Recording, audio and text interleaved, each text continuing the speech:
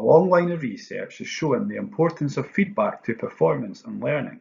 However, feedback too often fails to achieve its potential. This can happen when people feel attacked, devalued, or personally criticised, or when feedback is vague and not actioned. Focusing in on feedback being kind, specific, and helpful is recommended by Andy Griffiths and Mark Burns in their Teaching Backwards text. They state it's important that feedback is kind so that the receiver doesn't personalise it and experience it as an attack. If they perceive it as an attack, they will naturally become defensive and shut down. The feedback should identify exactly what the learner has done well or failed to do well. It should pinpoint the specific steps needed to be taken to close the learning gap. For it to be helpful, it must be descriptive and needs to be given using language peers and learners understand. And finally, the learners need to listen carefully to one another. They need to see feedback as mutual collaboration. The ladder of feedback provides such a structure, a step-by-step guide that can be useful for teachers giving feedback to learners, as well as peers giving oral feedback to one another. The beauty of this approach to feedback is that it can be used with any work in progress, any learning such as writing, oral presentations, artwork, or dramatic and musical performances. Anything at all. The first step on the ladder of feedback is to clarify. Ask questions aimed at understanding what the learner is sharing, trying to do, or struggling to figure out. This step is all about clearing up confusion. It's not about offering any suggestions or improvements at this point on the climb. Step 2, valuing. Express what is working, what is strong, shows thought, or is engaging about the work. I recommend using I value statements here. This part of the climb is all about building a supportive culture of understanding to help the learner progress, recognise strengths, what they've done well, so they know to keep doing these in the future. Step 3, questions and concerns. This is where you will raise questions about the work. Share what is not working, criteria which hasn't been met, or make suggestions about how they could actually improve their work. This is the step, though, that the person or the learner who is getting the feedback can sometimes feel personally attacked. Although it can be hard for the learner, we must encourage them to see this as an opportunity to learn and get even better. As we near the final steps of the ladder, at this stage, we should offer ideas on how they can make the improvements. What can be added? What can be reworked? We need to be very specific here and give them examples or even model how they could improve or achieve the targets that have been set. Sometimes this step is blended with the step before, as it's quite natural to raise a concern and then provide a solution. The final step, the top of the ladder, probably the most important one, is where the learner who's receiving the feedback summarises their strengths, areas for development, and how they're going to achieve their next steps. But it's also really important that learners see this as a two-way process. They thank one another. Learning to give good feedback needs practice. The first time through the ladder of feedback, you may want to do the routine as a whole class with one learner so that everyone becomes familiar with the process. You could use the fishbowl technique, in which a pair of learners work through the routine in the centre of the room while the rest of the children observe in an outer circle. We are going to continue our discussion on how we respond to each other's thinking and writing.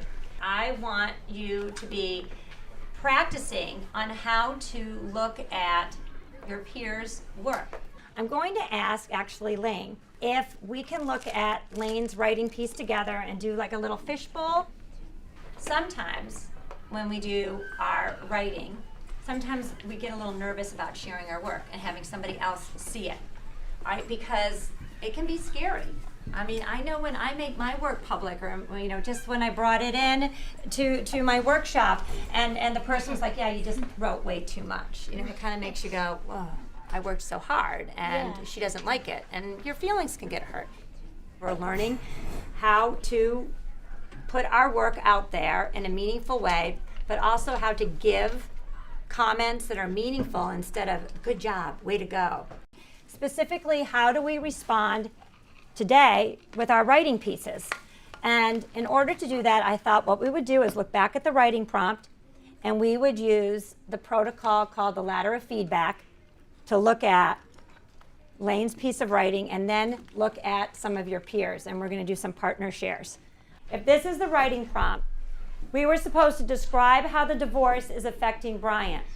Use 3 examples from the text to support Brian's emotions. So with the ladder of feedback, Lane and I are going to kind of talk it out. While I'm talking, you'll see me using either a red or orange pencil, and I'm going to use that when I'm talking to Lane about any clarifying questions that I might have. And I'm also going to use a blue or a green pencil, whichever one I have, with what I value about Lane's piece. And then also maybe point out some things that I was wondering. Boys and girls, I'm going to have you read it quietly too to yourself. I want to see what they will do and if they will be as caring about their peers' work.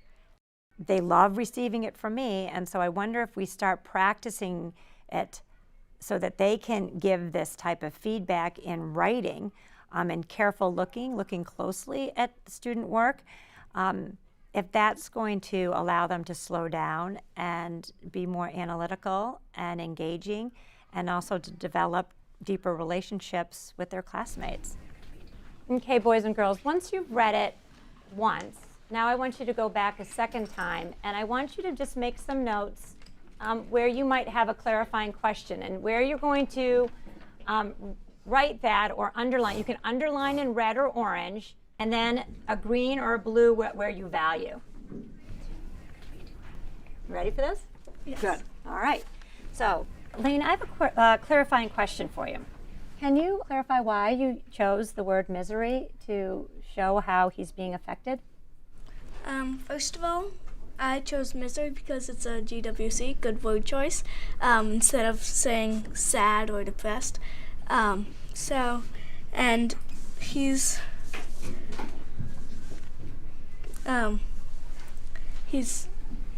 miserable. Mm-hmm. I'm going to move on to what I've really valued about this. I value your use of quotes and going back to the text to support some of your thinking. I specifically liked up here near the beginning your quote, "Look, can't we talk this over? Can't we talk this out? Can't you tell me what's bothering you?" And I liked it because it wasn't necessarily Brian speaking, it was his mother speaking, which kind of made me think she's trying to work it out. She's trying to talk.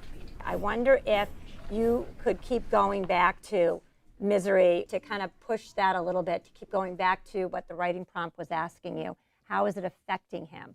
I read a lot in here that it is affecting him, but maybe as a reader, I wonder if it would be stronger if I knew specifically how it was affecting him. And then lastly, I really valued what you said about how these words, these emotions kind of keep haunting him almost. And I thought, oh, that could be like an interesting word too, especially since he keeps replaying it. It's almost like, when you have, and maybe I'm dating myself right now, but when you put a movie in, a DVD in, and you keep hitting rewind and play, rewind and play, rewind and play. He's not hitting stop, eject. He keeps hitting rewind and play, rewind and play. And maybe somehow in your writing you could kind of work it in that it's taking over. Boys and girls, I want to have you join us. Is there anything else that you noticed? Anything else that we can help Lane? Callum? I have a clarifying question because when you said a secret that Brian won't tell anybody, especially his mother. I didn't understand when you said that because you didn't really back it up. Well, let's think, can we use our words here? I wonder if you could have. I wonder if you could have backed it up With what? with information from the text. Can you give a suggestion? What?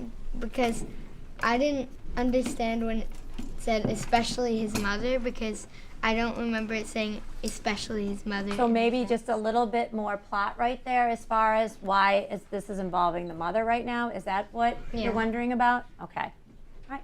Thanks, Callum. I valued that you thought it was affecting his memory because I didn't really think about that. I was just thinking about his emotions and that sort of thing. I value how you took sentences from the text and you actually said, I know this because the book said it. It shows that you actually went back and took your time to find that, and I really admire that you did that. Thank you for sharing that, Cece. Go ahead, Graham. I'll start with the suggestion. Lane, you used a lot of transition words, but you used a lot of the same ones, like is and of. So that's one thing you might want to go to at the source. The ladder of feedback protocol has been really valuable in our classroom. No pun intended with the word valuable. What did you think about using the ladder protocol, clarifying questions, values, concerns, and suggestions? How did you feel about somebody looking at your work like we're doing right now and using this protocol? It actually makes me feel pretty good about my writing, and all the comments and suggestions and values that you've been giving me. It helps. It's going through my brain right now, and I'm saying, okay, I can put this into my writing piece next time, and how could I change this? We also recommend creating a visual display or some sort of visual prompt that you and your learners can refer to. This could be on a table, this could be a resource that's kept in a particular tray, or it could even be as part of a learning wall. This one in particular that you can see on the screen is very useful indeed. It has sentence starters to support with that language at each step of the ladder. You could also adapt this to suit your own stage, the age of your learners, and also subject area. Thank you for engaging with this Pedagogy Premiere.